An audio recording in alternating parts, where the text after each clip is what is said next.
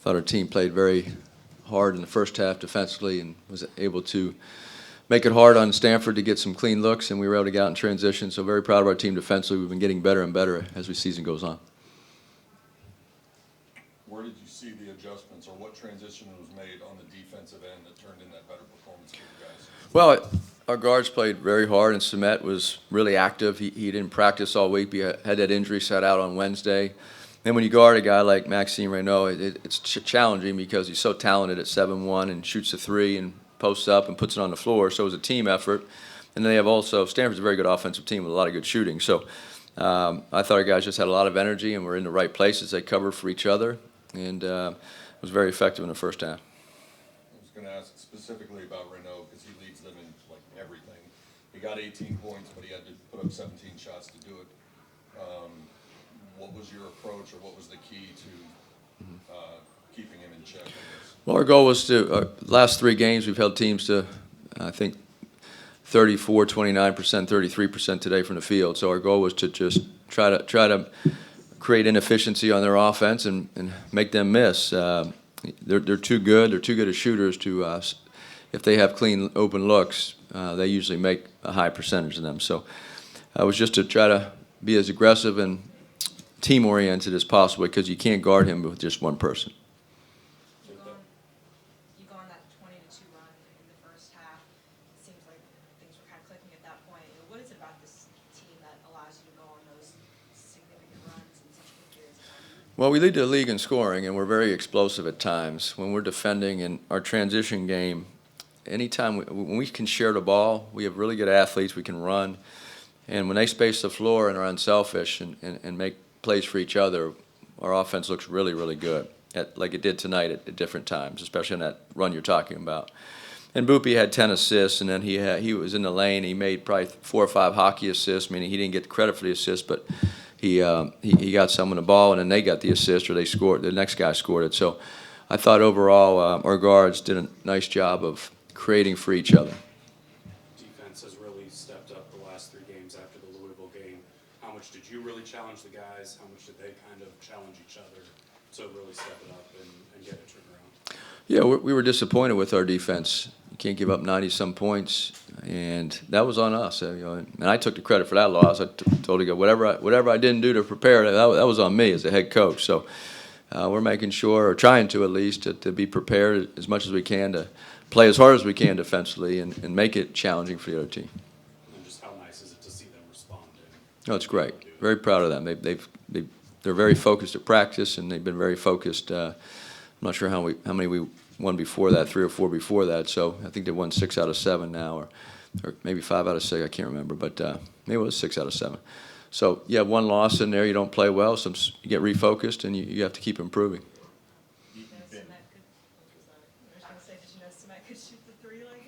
Well, he practices it a lot, and thing went in, and he missed 2 layups in a row, and he decided to take his second 3 in the second half. So I wasn't too happy about that one. That's why I had to call timeout and get a sub in for him. But he played a really spectacular game. He was very active defensively, and his plus minus was the highest. He was plus 33 and plus minus when he was on the court. That's impressive. You've been around so many teams, but you look at the development over this course of this run and the focus that this team has. Can you kind of share some of the experience you have with teams that do come together at this timing of the year and get hot like this?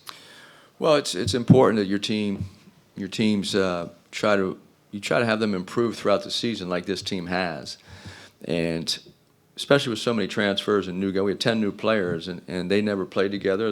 We never coached them, and sometimes it takes a little while, and then it's okay to they practice together, but they've never been through the close games, the adversity, and when you have big crowds and the game gets tight, how are you going to respond? And so our team went through a little of that early on, and they figured it out, and guys are pretty comfortable in their roles right now and how they can affect winning. And you don't have to score the ball to help us win. And a lot of guys like Keon Ambrose Hilton's been playing great. He doesn't score a lot as much as some of the other guys, but he just makes winning plays. And so I think Those are the biggest thing. As coaching staff, we're just looking for guys to come in the game, whether you start or off the bench, to try to help us win and make winning plays.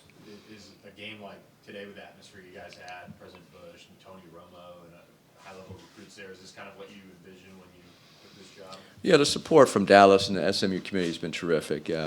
Couldn't ask for anything better. The fans are supporting us. This arena is great.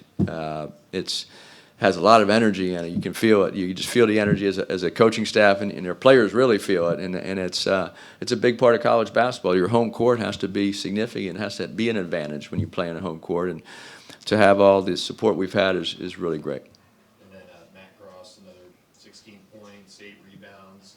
Just his game tonight. Well, he's improved a lot, inside, outside, and he's so tough. And you see him, he's putting the ball on the floor and using his body and angles to finish, because he doesn't go up and dunk it like Cario does. He just uses the angles, and he's really it's a special talent that he has. It's fun to watch.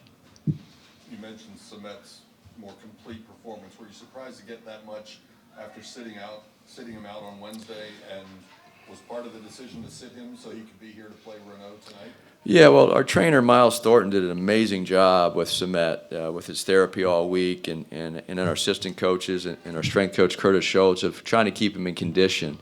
So we have an amazing coaching staff here, and Miles and Curtis and some of the other guys really deserve a lot of credit with Samet to keep him engaged and prepared to play today, because he only practiced one day. It was yesterday. And so we were concerned a little bit, but he was moving really well yesterday and had no pain, and he just looked light on his feet today. He looked really good. Yeah, I think it was pretty good today. I like how the students come out and pack the student section. I heard one of the students talking to their coach when he was talking to the refs. So I think it's always good when you can get the fans out and get it hyped up before the game. Yeah, I feel like it's amazing, just the students coming out and watching the game. When we make big plays on defense and offense, they give us that energy to keep striving and just keep getting better. Hoopy, your coach has talked about how at the beginning of the year you led the team in scoring several times, but you're a more well-rounded guard than that. You do a lot of different things. Tonight, 10 assists, a couple of block shots. How would you characterize your performance tonight? I'm just trying to be a better point guard each and every day in practice, and on the games, I'm just trying to win, make it to the NCAA tournament, and just make everybody happy around me and my teammates so we can get the win. Cario, during that 20-2 run you guys had in the first half, like you had 9 points. What was clicking for you there, and what was it that allowed that run to happen? Me personally, I think I'm really good when I'm playing in a rhythm and just trying to like feeding off the team energy. Like we was getting steals. Like I think he found me in the corner for my first 3. I think once I see the ball go through the basket, I kind of just get in a different mode and I just keep going. So I think that was what it really was. How much have you guys really emphasized defense after a little bit of a letdown at the Louisville game?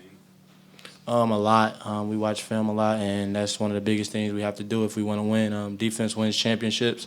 I feel like it starts with me. I feel like those couple games we lost, I could have been way better on defense. So we've been better as a whole team, and I feel like we should keep doing that each and every game. Coming in, Maxime Renaud, obviously one of the best players in the conference.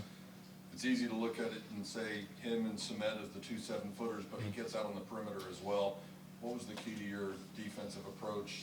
He got 18 points, but he had to take 17 shots to do it. Well, it was a big emphasis at practice, like the whole week. Obviously, when a guy's coming in averaging 20 points a game, you got to be aware of where he's at all times. And I think Samet did a really good job, even when he was on the perimeter. And I think he took it personal when he came on the court. So that was really good coming from him and the whole team. What did you think when Samet threw in a 3-pointer? I believe in him. He gonna hit it. I believe in him. Nah, he got some clips of him hitting some threes, and Definitely. I see him working on them every day after practice. So, the jumper looked good. So